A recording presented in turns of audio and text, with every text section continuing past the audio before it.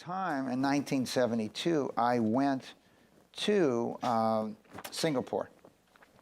And my objective was to sit down with Kuan Yew and talk about a country that was about to be built on human capital, attracting the best and brightest from around the world to come, number one. And number two, to provide stability, he had to educate his own population so they wouldn't be second-class citizens to expats.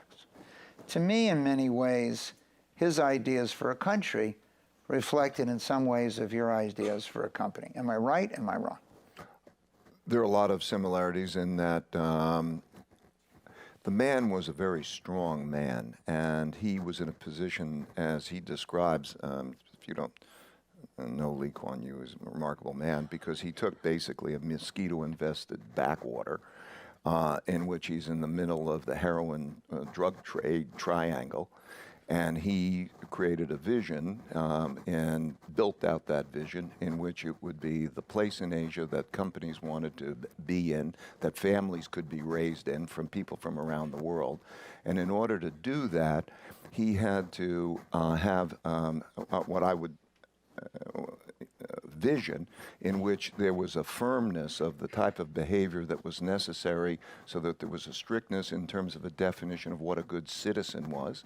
And he built out that good citizenship.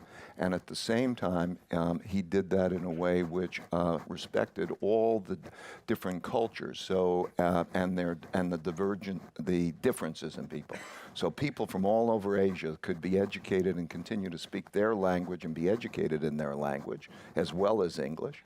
And so I respect his diversity. I respect his idea meritocratic way among those decision makers. And I respect the notion of good citizenship at the same time as there's, that sort of discipline at the same time as that there's this egalitarian way of operating to bring people up. So, yeah, to be compared with Kuan Yew is a tremendous honor because to me, he's been a hero from, I think he's probably the greatest leader of the last, 50 or 100 years. He's certainly one of them. And so I guess the fact that I admire him and I got to know him. I've had him, dinner in my house and talking about such things, which was a great honor, not talking about, but gathering information from him in terms of his perspective. And I would say we have a lot of common about values. Yes, there's a lot of common about values and how to then run an organization that way.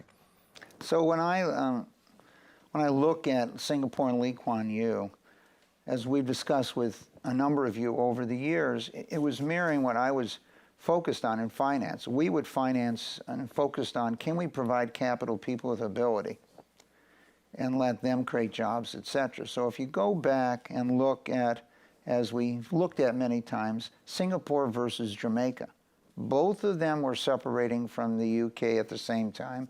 They both had the same GDP in 1960. There was no difference.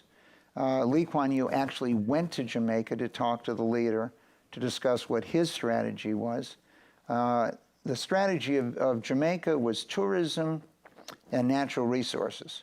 The strategy of Singapore was human capital, and this essentially was our concept and idea. Gary Becker eventually won a Nobel Prize for this in 1992.